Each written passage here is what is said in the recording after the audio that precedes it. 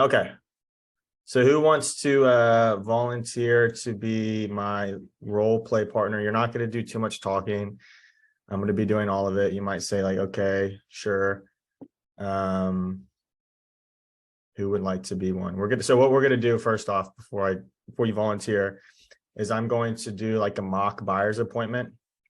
And then all you're going to do is act like you're the buyer and I'm the realtor and I'm walking you through it. Thought it would be a cool thing to do that you guys can see, take notes on, and answer any questions. And this is how I do all of my buyer's appointments.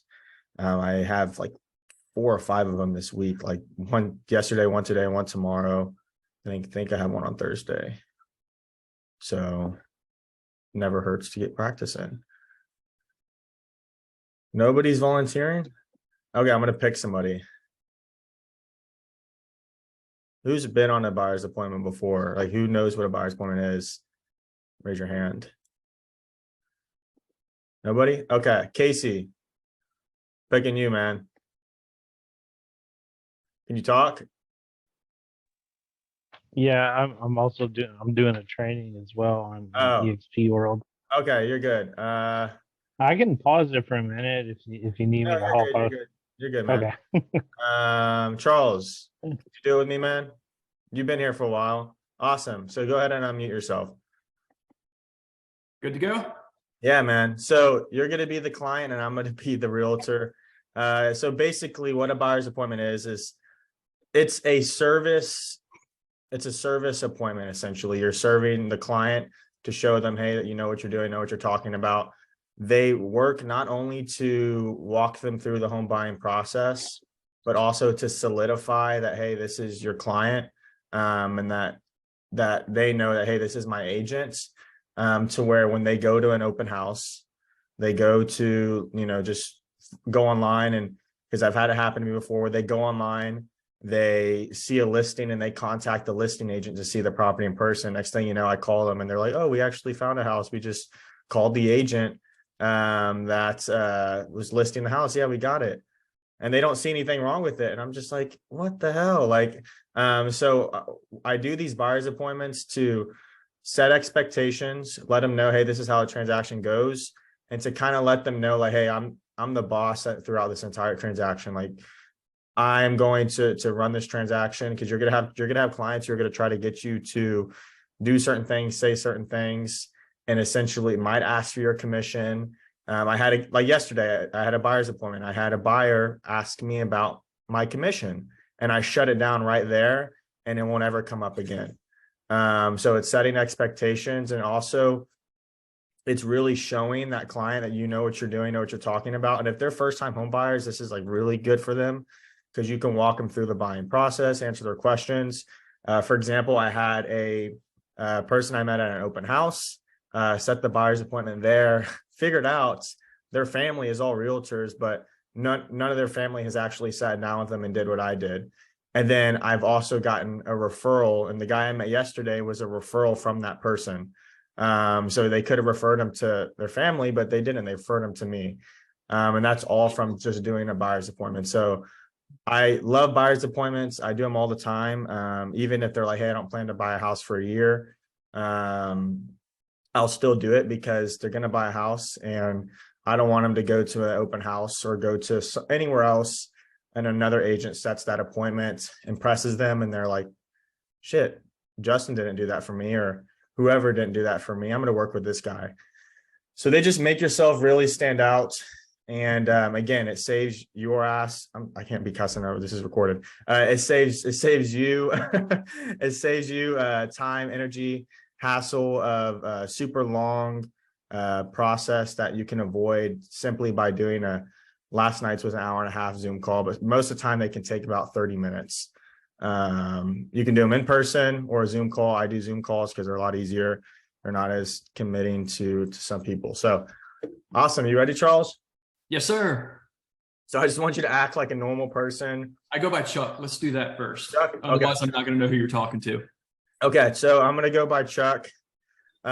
Just when I talk to you, think of questions that you would normally ask as like just you're buying a house. Like, hey, like what happens in the option period? I'm like, hey, that's a great question. And then so it might be different per state as far as the regulations. I don't think it will be, but yeah. Awesome. So is everyone ready? Everyone have their notepads out if you're taking notes? Cool. Awesome. All right, Chuck. Hey, we'll Zoom call started. Hey, it was a pleasure to meet you at my open house the other day. I really appreciate you taking some time out of your day to get on here with me and walk you through the home buying process. So really the biggest reason I do these calls, Chuck, is so again, walk you through it, answer your questions, set expectations, and really take the time to get to know you as a buyer. Before we start, Chuck, do you have any questions for me at all? So I went through the open house the other day. It was, it was great open house, by the way, but we don't know what's next. Yeah. Well, great. I'm glad you said that, Chuck, because that's exactly what we're going to talk about.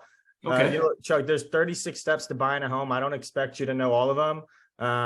Fortunately, I do, but we're going to narrow it down to 7 steps so you can understand this process and make it as seamless as possible, because all you care about is getting the keys and getting to closing, but you also care about is what to expect, the money you might need before you get to the closing table, and what happens during the escrow process. Because again, you don't do this every day, I do. So that's exactly what we're going to talk about. And then at the end of this, Chuck, we're going to get your criteria, and then we're going to kind of go from there. So again, Chuck, there's 36 steps to buying a home. We're going to narrow it down to 7. And then also the important things to know as far as this home buying process is there's 3 parts of it that are really important. There's 3 negotiations, essentially. We have the offer, of course, negotiating, getting our offer accepted. The second one is during the option period, which is the inspection. And then the third one is the appraisal. Does that all make sense? You explained an offer and the option period. So if we wanted to write an offer, how do you go about doing that? Is there something we're going to talk about, like how that's figured? Yeah, of course. We're going to talk we're going to talk all about that. And what we'll do is I'll kind of start from the beginning, and I'll probably be able to answer most of your questions. And if I don't, you can address them at the end. So first step I always say, Chuck, is pausing real quick. So guys, I have a thing called a home buyer booklet. It's something that my team and I created. It's a really fancy looking booklet. It's really just to impress the buyer. It has like step 1 through 7. I sometimes pull it up on a Zoom call. It's more of like a in-person thing that I can show, and they're like, oh my gosh, this is so cool. Like I've never, received this before. It's something I actually give out to open houses where I go, hey, this is a home buyer booklet. Has anybody gone through the steps with you? No, they haven't. Well, hey, take this book. Let's find a time to meet, and I can walk you through this, walk you through this booklet. And so if this was in person, I would be going through the booklet with Chuck. So, okay, perfect. So, Caleb, yes, I can send that to you guys. Oh, Chuck had to go to the restroom. No, I had a dog. No, I'm kidding. She's chewing on one of my daughter's shirts, and I figured I should probably. No worries, man. No worries. It's funny, actually, during my call yesterday, I put something in the oven, and it usually takes 30 minutes to about 30 minutes. And like halfway through it was like 30 minutes. And I was like, Jesus, this I have a little bit while before the Zoom call to end. So I had to run out there really quickly while I had a break. Which is hard because I'm leading the call, and take the food out the oven. It was a whole mess. Okay, as I was. So, yeah. So again, Chuck, so the first step when buying a home is the pre-approval process. And there's a couple reasons why I say this, Chuck. The first reason is you want to understand your buying power. I'd hate for you to get into a home, Chuck, and you realize you don't like the home, or I hate for you to find a home and realize you love the home. And then next thing you know, we go to put an offer in on the home, and now you can't afford it. And then essentially we'd be wasting time, however long it took us to look at properties. And then now you figure out, hey, I can't even afford half of them that I was looking at. So that's number one. The second reason, Chuck, is that we need, if we're going the loan route, we need a pre-approval attached to our offer to show the seller that we can afford this home. And so, as you know, and I know, real estate moves very, very fast. And if we love a home, there's sometimes that we have to put in an offer in a couple of days. And sometimes it takes more than 2-3 days to get pre-approved, depending on that buyer. And so I'd hate for a home to slip out from underneath you because we were trying to juggle a pre-approval letter, and now we can't get that home. Does that make sense, Charles? Yeah, that makes, Chuck, that I'm makes, sorry. no, it's fine. Either way, I'll figure it out. That makes perfect sense. Yeah. And so guys, the reason I pausing from the whatever we're doing right here, the other reason I say that is because you're going to have buyers who are going to try to waste your time and just go and look at homes, and like, I'm not going to go get pre-approved until I find a home I like. And it's a waste of time. Just don't do it. I have like a couple homes maxed where they're like, hey, I want to go look at homes without a pre-approval. I'll go show them maybe 1 or 2 homes, and I'll kind of get a feel of how serious they are. And after about 1 to 2 home, I'm like, hey, like, look, like, we need to get a pre-approval because this doesn't make any sense. We're not just like, it does. Most buyers, if they're serious, they'll get a pre-approval. But again, when you do this Zoom call, you're setting expectations. And to where if they say, well, hey, well, Justin, or whatever your name is, whoever they're talking to, hey, Justin, if Chuck said, hey, Justin, I don't want to get a pre-approval until I find the home I like. But the thing is I basically just explained to him why that wouldn't make any sense. And so again, you're setting expectations, you're doing a 30-minute Zoom call to save you hours worth of time later in the future. So again, step 1, we'll kind of get back, and then we'll get back into it. So again, and then after the pre-approval process, then we're ready to go and shop for homes. And so the biggest thing is I'll start, Kayla, yes. So what exactly does like a pre-approval look like? Like, do you have to do that with every home? So a pre-approval, typically, so you're gonna have a buyer, and what I do is I go, hey, Chuck, I know you're saying to get a pre-approval letter, and I have some great loan officers I can get you connected with. I have a handful that you can shop around, you can look at different rates and figure out which one works best for you. And so that way, you're giving them a loan officer who can get you to the closing table. It's not a Wells Fargo, Chase Bank, because sometimes they are a pain to deal with. And so all of your buyers will get pre-approved by whoever they want to get pre-approved by. It can be a lender that you refer. That can be a lender that they want to use, whether it's their personal bank. But a pre-approval letter, it literally has a paragraph kind of saying, hey, this is Chuck. He's been pre-approved for this amount. Has the NMLS, I think it's NMLS, license number on there. Has the lender's contact information and email as well, to where if you wanted to call that lender to say, hey, I spoke with Chuck today. He told me he was pre-approved for $500,000. Just wanted to call and confirm. Oh yeah, everything's good. Yep, he's pre-approved. It's something I even do on my listings. When I get an offer, I'll look at the pre-approval letter. I'll call the lender and say, hey, I received an offer for this buyer. I just want to make sure like we can get to the closing table. Is there anything pending that I should worry about? But that's kind of touching on a different subject. But a pre-approval letter is literally like a PDF document of just saying that, Chuck is qualified for X amount. Okay, and how long does that usually take, that process of getting approved? Yeah, each person's different. In a perfect world, if they had perfect credit, perfect DTI, regular W-2 job, it could take a matter of days. Now there's just so many different loans out there as far as bank statement loans.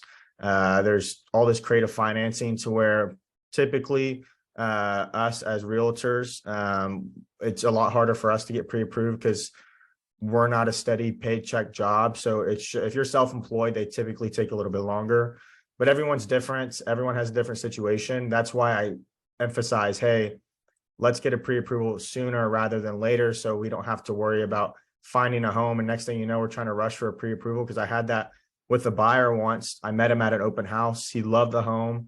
He wanted to put an offer on it. He's scrambling, trying to get pre-approved, but he can't because he's self-employed. He ended up getting pre-approved 2 weeks later, but now the home is gone.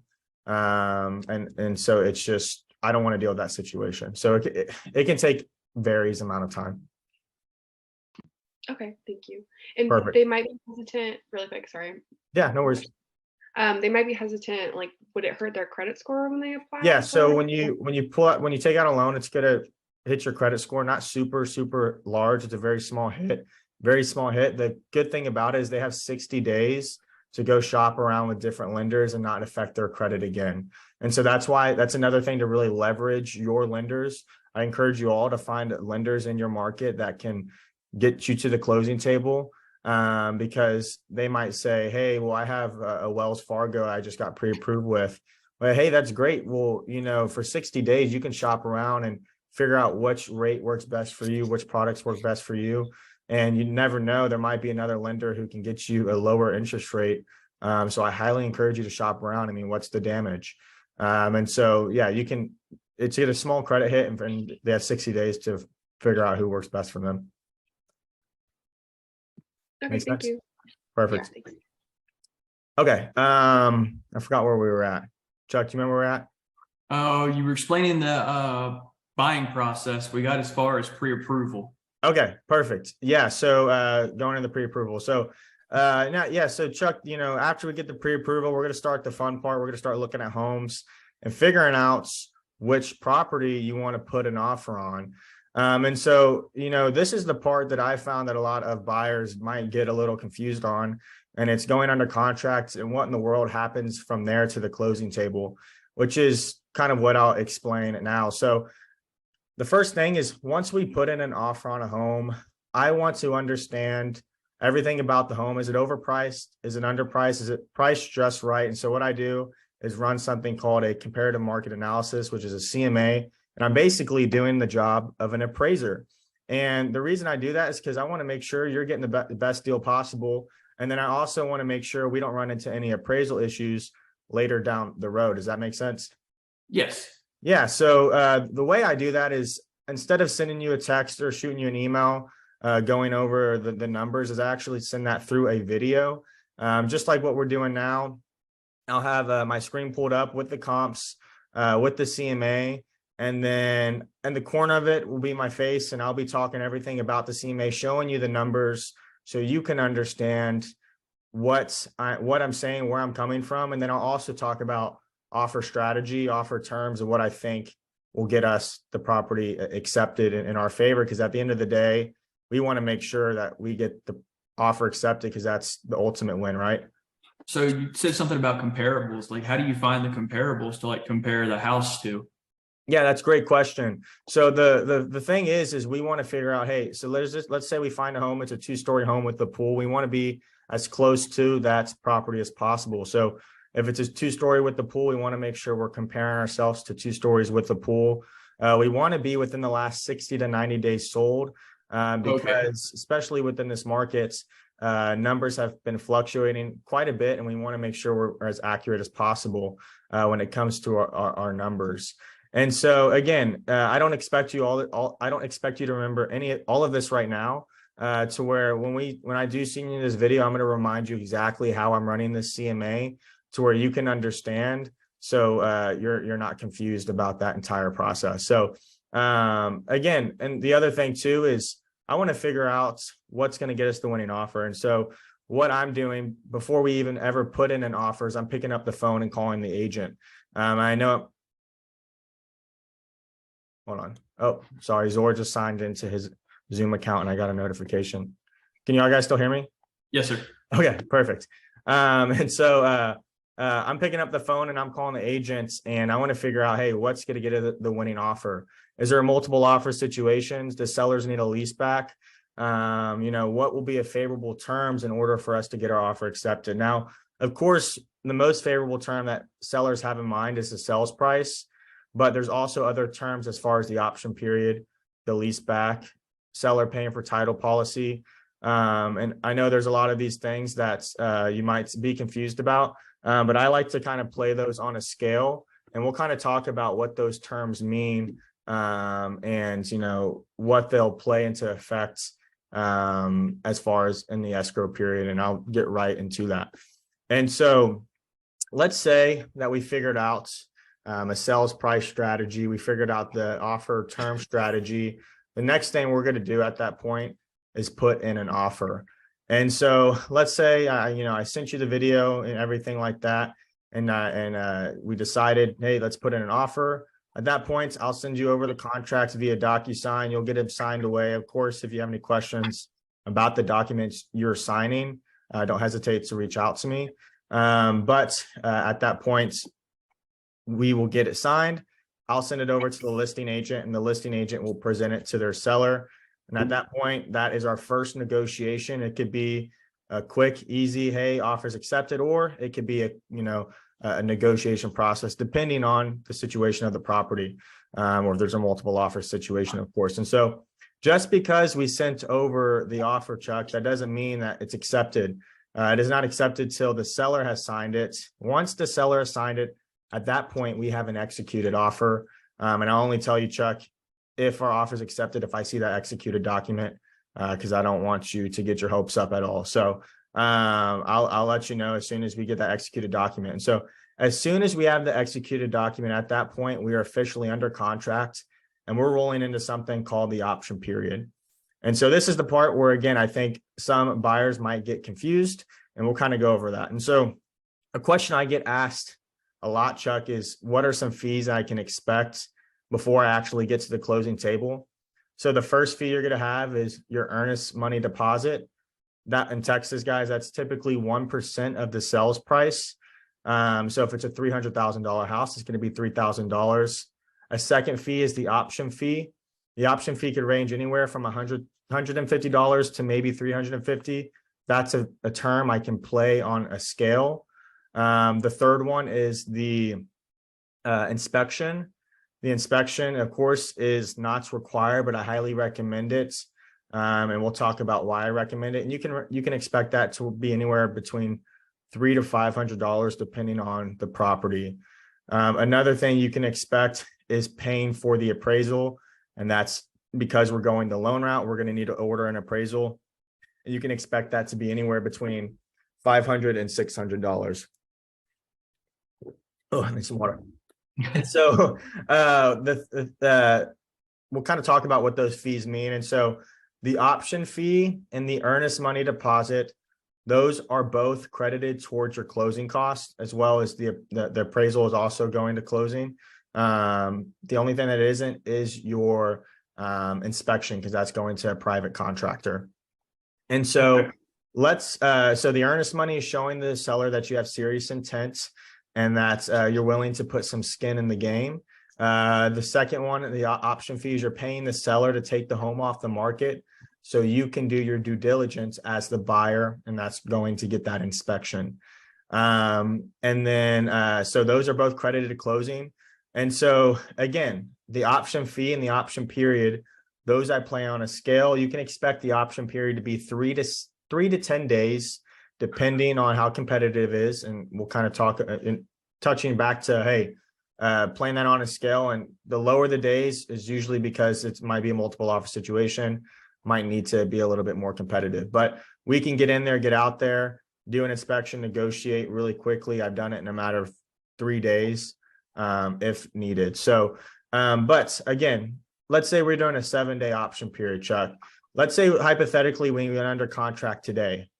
So after today, we have 3 days to deliver our earnest money deposit and our option fee to title. So the title company, they're going to be the middleman throughout this entire process. They have no interest in either party. They don't have any interest in you. They don't have any interest in the seller. They're the one holding on to our money, not the seller. And so you can deliver that to them, either a check or wire transfer, whatever you feel most comfortable with. And so they're holding on to those. And again, we need those delivered to title within 3 days. And so pause really quickly, guys. The reason I say that is because I have had sellers go, option fee, like earnest money, like what? No, I'm not doing that. Like who am I delivering it to? The seller's holding on to it. Like this call is to set expectations. And the reason I do these, again, I did an 1.5 hour call yesterday, and it's going to save me a ton of headache and questions later down the road, to where when we start this process, they're going to understand. Because again, this is an emotional process for people. And if they're like $300 option fee, earnest money, we're like $3,000, like where is this going to? Like, you know, I want to set these expectations before we ever start the process. And so, okay, going back into it. And so the earnest money and the option fee, again, those need to be delivered to title. And then that we have that 7 days to do the inspection. And so this 7 days, Chuck, is our protection period that we can do our due diligence as a buyer. And so this is our time for us to do an inspection. So Let's say, you know, we get an inspection and we don't like it, or we can't negotiate. At that point, you can back out of the contract, Chuck, and you can keep your earnest money. Title will deliver it back to you. The only thing you'll lose is your option fee, and of course, the money you pay to that inspector. But you will deliver that big chunk of change called the earnest money back, but it has to be within those 7 days of the option period. And so let's say you wake up on the wrong side of the bed one day and you're like, hey, I hate this home. You can still pull out of the option period. You don't need a reason. Since we're in those 7 days, that's our protection period. Does that make sense, Chuck? Yeah, that makes sense. So when it comes to the inspection though, like what is the buyer's responsibility? Like, do they have to let me get it inspected? How does that work? Yeah. So again, I highly recommend an inspection. It's not a requirement, but this is your time as the buyer to go in here, pay the $300 to $500 to save you hundreds, maybe thousands of dollars later down the road. And I'll briefly touch on how it does save you money later down the road. So again, during this process in the option period, we're going to get an inspector out there. I like to have him in there as early as possible to where if we figure out some major things, we have plenty of time to get the right people out there. And so again, Chuck, you don't need to worry about getting an inspector unless you're family, friends, you know, a great inspector. I have an awesome list of inspectors I can refer over to you. And so we'll get that inspector out there. And the biggest thing that I want to tell you to focus on is the main 5 and 6 if we have a pool. We have the plumbing, foundation, electrical, HVAC, and the roof, and then 6 for plumbing. Those are the things we want to focus on because those are the big ticket items, right? Yeah. So we don't want to focus on something small as far as, you know, paint or something very, very cosmetic because those aren't the big ticket items. And so let's say we run into an issue and maybe there's a little bit of damage on the roof. Maybe there's a little bit of tuning up in the HVAC that needs to be done. This is the time where the inspector will say, hey, you know, I think that the roof needs to be fixed here. There'll be pictures on what needs to be done. Now, if we wanted to go to an extra step to where we wanted to get a quote of how much it's going to cost, we could get a roofer out there, an HVAC technician out there to figure out how much it's going to cost for them to replace these things. And again, I have a whole list of people I can refer you to where at least we can get a dollar amount in mind. And then at that point, we can go back to the listing agent and the seller and go, hey, Mr. or Mrs. Seller, there's these things wrong with the roof. There's these things wrong with the HVAC. This is the quote we got from our roofer. This is the quote we got from our HVAC technician. So at that point, we're either going to ask them to fix these things and we'll need pictures, you know, proof that it's been done before we get to the closing table, or we're going to ask let's say it costs $3,000 to fix these things, or we're going to ask $3,000 in seller's concessions in lieu of repairs. So do you understand what that means, Chuck? Yeah, they'd be negotiated out of the price, if I'm understanding. Yeah, so we can either negotiate out of the price, but what I prefer is we negotiate it out of our closing costs. So it's $3,000 less you need to bring to the table. Okay. So at that point, you can use that money to repair it later in the future. And so this is one thing, pausing real quick. Another thing I'm going to kind of touch on, and this is purely situational in the market we're in right now, is that a lot of sellers. So the biggest thing, and I'm sure you guys know, and people don't want to buy a home right now, is because of interest rates. And so this is one thing you can talk about. Don't get into it too much and then talk about it in a buyer's appointment, is seller's concessions to help a buyer buy down their rates. And so there's a 2-1 buy down. There's, you know, it costs a certain amount of money to buy down your rates, and talk to your local loan officer about a 2-1 buy down, about buying down your rates. And so it's an incentive for the buyer to say, oh, I didn't know we could do that. And so this is kind of where you can show the buyer that your expertise and this is something that you're doing with your clients currently now. And so kind of go back into it, Chuck. Yeah. And so I know we talked about seller's concessions to help with repairs, but what I'm seeing a lot right now, Chuck, is your biggest concern, and correct me if I'm wrong, is probably the mortgage rates. Am I right? It affects the payment, and the payment's really biggest thing. Yeah. So the awesome thing about this market and what we're doing a lot right now, our sellers are actually helping us pay to buy down our rate. So that seller's concessions you would usually use to fix those items, you can actually use that to buy down your rates. Does that make sense? How does that work though? Like, or is that something I have to work through with the lender? Yeah, so that's something we'd have to work through with the lender. And so I'd want to know from the lender, and again, I'll get you connected with a great one on how much it's going to cost to buy down your rate so we can kind of have that in mind when we go into these negotiations. So again, this is our second negotiation is the option period. This can probably be the second, probably hairy negotiation, but it all is depending on the offer situation. And there's a lot of things that play in effect. And the biggest thing is, Chuck, is if there's something that's major wrong with the home, I'm going to know about it before we even get under contract, because while you're searching around looking at all the beautiful things, I'm probably going to be walking around the home trying to see if there's anything major that we can already expect, to where if there is something wrong with foundation or we can expect that, we'll probably already know before we get under contract. Does that make sense? Yeah, that's awesome. Thanks. Yeah. And so the second thing is, now we got past the option period. Let's say we agree on seller's concessions, all of these different things. Now, after that, we have one more negotiation, and that is the appraisal. And so since you are going the loan route, Chuck, we will need to order appraisal.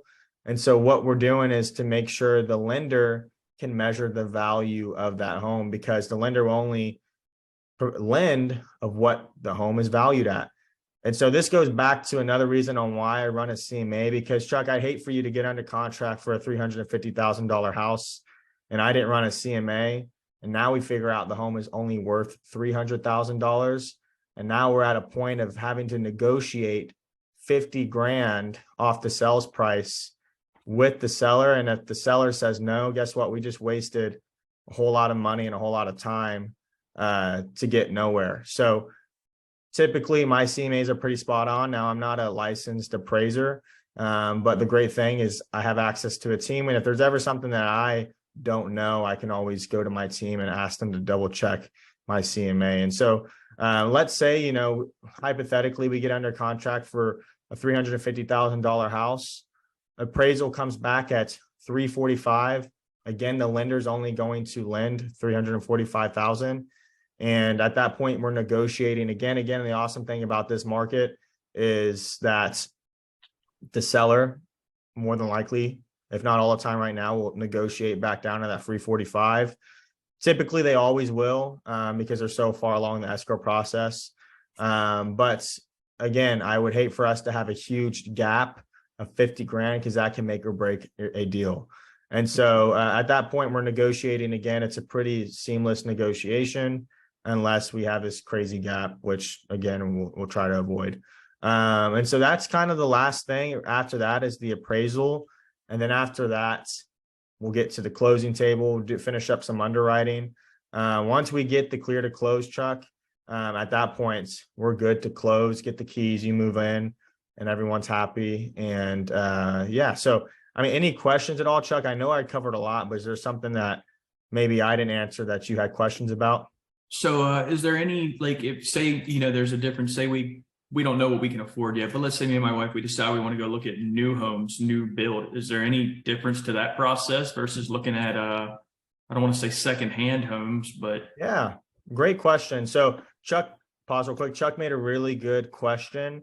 Now, if I have a buyer who's, I know, looking at new construction, I'm going to pivot this more to a new construction Zoom call, but this is a resale call. And so it's a little bit more of a negotiation. So we'll kind of just go off from there. I'm not going to start all the way from the beginning just because we don't have that much time left. But yeah, so Chuck, what we talked about was a resale. New construction is a lot different. And so new construction, depending if you buy an inventory home, if you buy a spec home, or if you buy a home that's being built from dirt. And so this depends on your timeline. If you have 6 to 9 months, I would recommend maybe doing a new build and completely customizing the home. If you got maybe 3 months or so, maybe 2 months, I'd recommend something as an inventory home. An inventory home is maybe something that is currently being built and the buyer had to pull out for whatever reason. And most of the time the designs are already picked as far as colors, floor plans, certain add-ons. They might have a little bit of room to put something in there that you like, but it's going to be ready in a couple months. The third one is an inventory home. Everything's already picked out and that can be moved in pretty quickly. And so the way I like to describe new construction is we don't really have a multiple offer situation. If like resale can have, not all resale homes will, but new construction is finding a home. If we like it, put in an offer, get under contract. And so a great thing right now, Chuck, is builders are offering a ton of incentives, are helping you with your closing costs, are helping you buy down your payments or buy down your rates.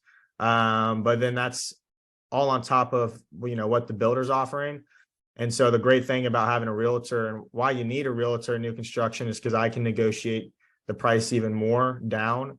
I can negotiate more money towards closing costs, more money to buy down your rate, and ultimately save more money in your pocket.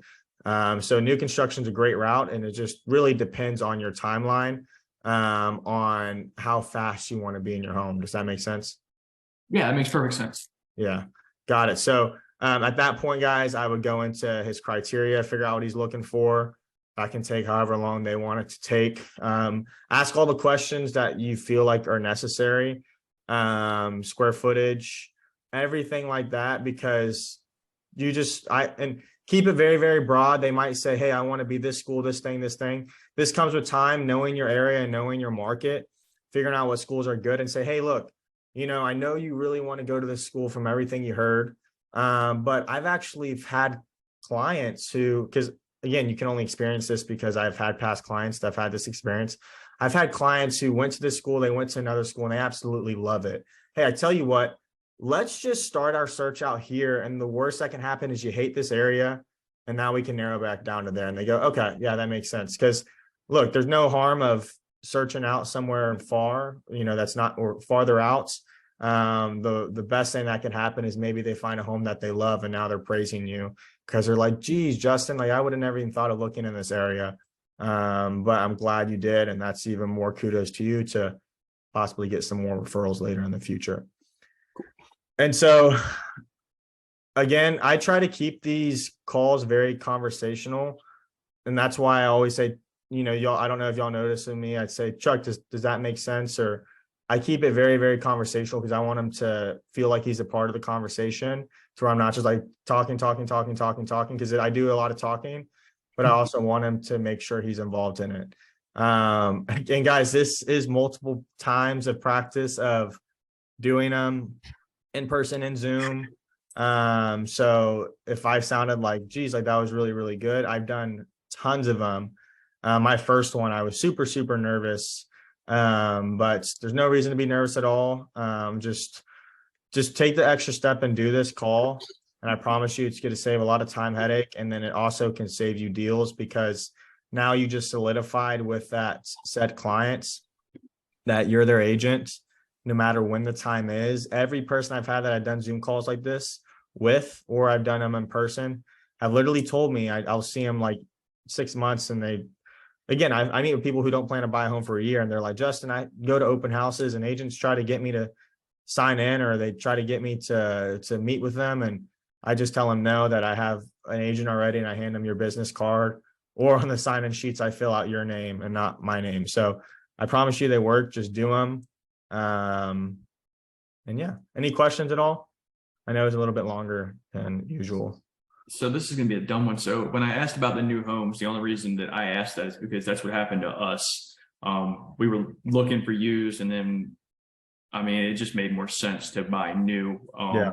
But so you would actually have asked that ahead of time, like, hey, are you looking at new? What's your market? Or yeah. So I'll ask that kind of going into the criteria, saying, hey, is this? Well, really, I'll know before we even start the appointment if they're looking for new construction or if they're looking for resale, depending on where I met them. And so that would have usually not been a question until, because I already kind of know.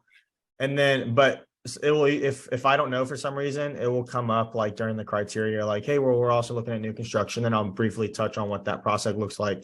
And so guys, builders, really, really quick, builders can be a little bit stingy, and they're one of those things to where if they go out, because your clients don't know what they don't know. If your clients are like, hey, we went to go look at some new construction homes. If the builder is not aware that you have an agent, they're going to try to cut you out of the deal. I don't know why they don't get less money in their pocket. They just don't want us to negotiate because we save them a shit ton of money. And so I promise you, just tell your clients like, hey, like, you want to save money in your pocket. I'm sure you do. If you go in new construction, let them know you have an agent. Let me know that you're going out there to where at least I can give a call to the builder rep. If you're meeting them in person, give them a stack of your business cards so they can give them to the builder rep. But just let them know to your client, like, let your client know, like, hey, I'm not doing this because like I really want your commission. Like I want to save you money. And so let them know on how you can negotiate on their behalf, even at new construction.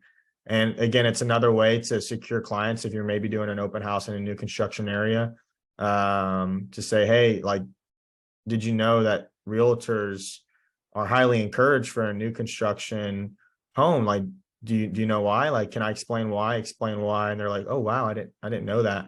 And then setting that appointment from there. Cool. Awesome. Any questions at all? None.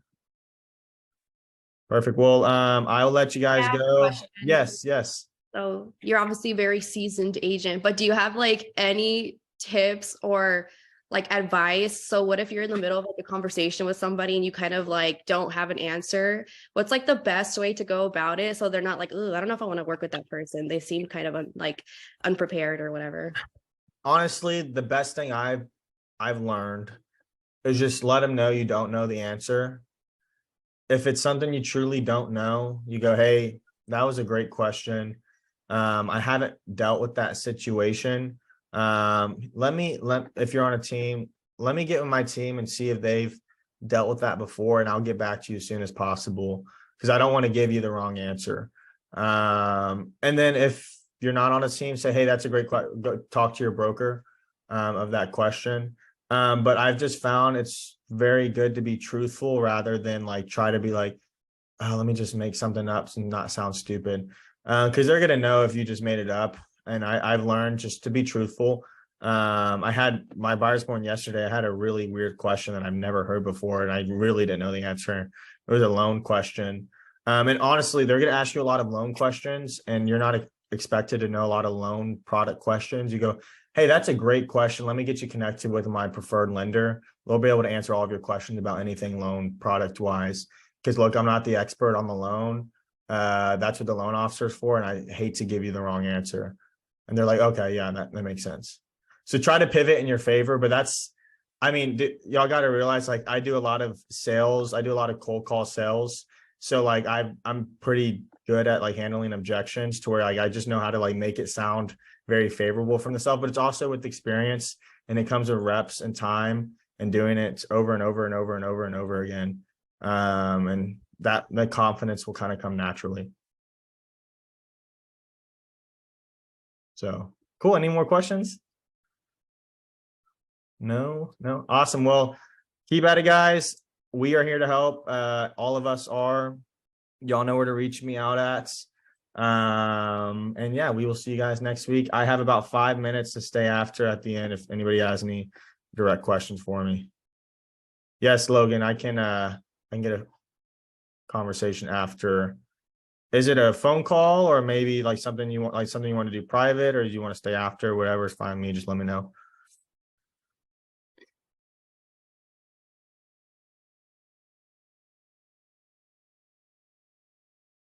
Welcome, Dave.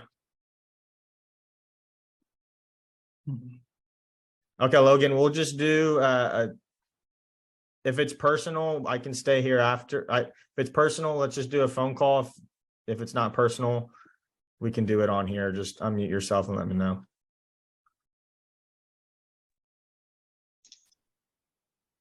Yeah. Yeah, it's more of a personal nature. It's real estate related, but more of just a sidebar kind of personal side. Yeah, give me a call then. Here, do you have a pen and paper that you can write my I number? got my phone, yeah. I'm gonna Okay. go ahead and cut out, Justin. That was super helpful. Thanks a ton, buddy. Yeah, of course, man. Always here to help if you have any questions, okay? Yes, sir.